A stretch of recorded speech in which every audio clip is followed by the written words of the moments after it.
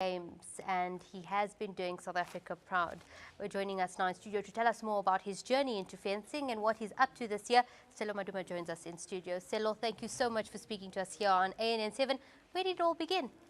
Well, thank you for having me. It actually began way back in high school when I was just part of my friends.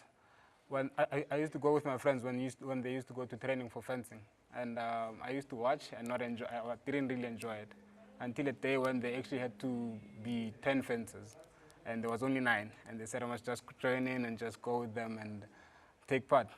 I went to the competition, got stabbed really hard, and I really enjoyed it from that day. And I started training with them. And 10 years later, 15 years later, now I'm an Olympian, been Commonwealth Games and a couple of World Championships. Now, it's quite stereotypical, but generally South Africans like to be part of football or netball, the bigger sports. What was so special about fencing? Actually, like a typical boy from the Township, I played a lot of football. I actually enjoyed it, but I think I knew within myself that I was not such an amazing soccer player, and I had to find something else. And cricket was not really my favorite sport, which was something I tried for a week.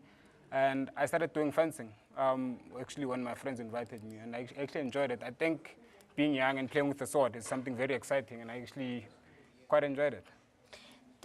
Is there any fencing schools in the township? I mean, how did you manage to find the equipment, coaches? There's a few fencing schools in the country. The first one in the country was the actual club which I started fencing in, which is the club which I am running now, and I started my own also at in Cullinan. So there aren't a lot of them, but there are a couple of clubs in Soweto, in Pretoria, the clubs I am training in, and a couple of clubs in Cape Town also. So it's quite a popular sport then? It's getting there. It's not that popular yet, but I think a lot of people know about it after I've been to the Olympics, actually.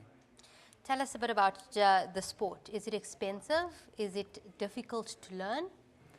It's not really difficult to learn if you put your mind to it. But it is certainly a very expensive sport. And luckily for us, as development clubs, we do get a bit of funding. It gets us it gets us started, but it doesn't really help much when you start competing professionally like I do, because you have to do a lot of international competitions, and international competitions cost a lot of money. How do you then travel overseas to compete? I do get funding from the Fencing Federation, where they get a bit of funding from the government. I think they get a bit of funding from SASCOC too. And we do need a lot of it, because we only do like 2 competitions, international competitions per year, which is not nearly as much as we should be doing. We should be doing around 10 to actually 13 competitions per year, and we're only doing 2, which actually puts us at a disadvantage, because we can't get the necessary rankings to go to Olympics and big competitions. Now, if you didn't know, the fencing nationals are coming up on Valentine's Day. Last year, Sello was injured for 8 months, but he still came in second in the nationals. Are you obviously getting ready for that one? You've got a tournament this weekend. How have you been preparing for this year? Obviously, it's the beginning of the year. We just started training about 2 weeks ago. I've been pushing really hard because we have our competition in the next week. And my most important one for now would be the one coming up on Valentine's Day in Durban, which I actually won gold last year. So I need to get the same result this year so that I can actually qualify for other competitions like the African Championships.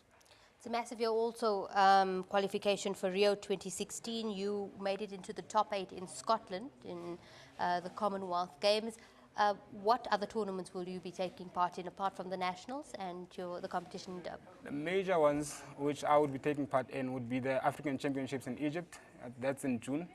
And we have the World Championships, which are in July or August, if I'm not mistaken. That will be in Russia. And hopefully, if we get more funding, we will get to go to actually maybe 2 or 3 more international competitions, so that we can get our rankings up and actually qualify for the Olympics. What has been your career highlight so far?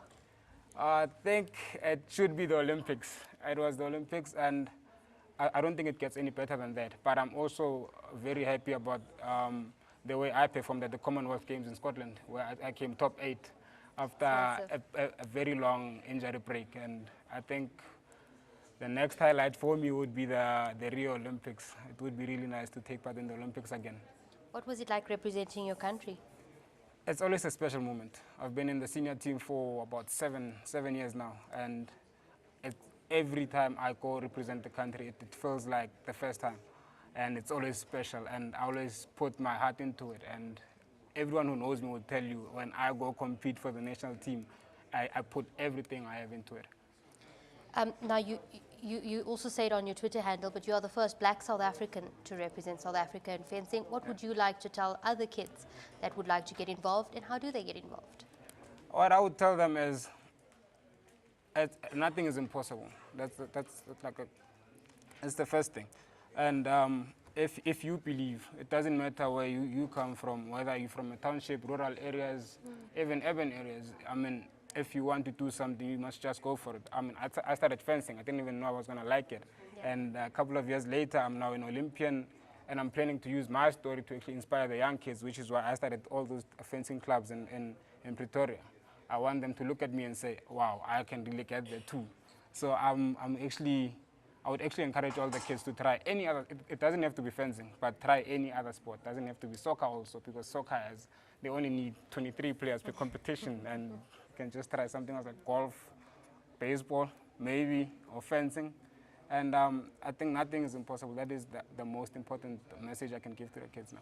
Sello, you are an inspiration indeed. Thank you very much for speaking to us here on Game On, and we wish you all the best. We will be watching, and we have no doubt that you will qualify for the Olympic Games and represent us to the best of your ability. Thank you for having me.